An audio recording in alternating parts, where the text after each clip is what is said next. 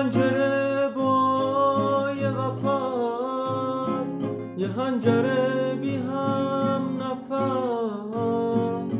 سهم من از بودن تو یه خاطر از همین و بس. تو این مثلث غریب ستاره ها رو خط زدم، دارم به آخر میرسم، از اون ور شب اومدم.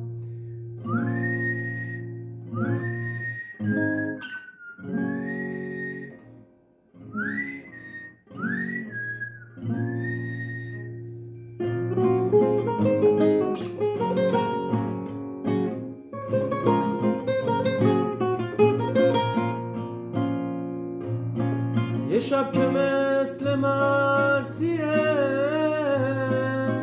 خیمه زده تو باورم، میخوام تو این سکوت تر نگاه تو از یاد ببرم. بذار که کوله بارمو رو شونه شب بذارم،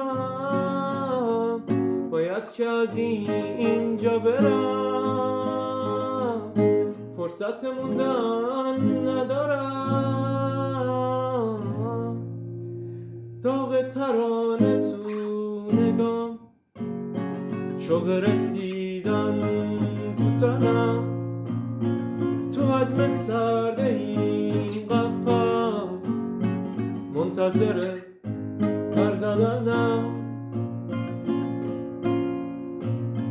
من از سوار غربتم،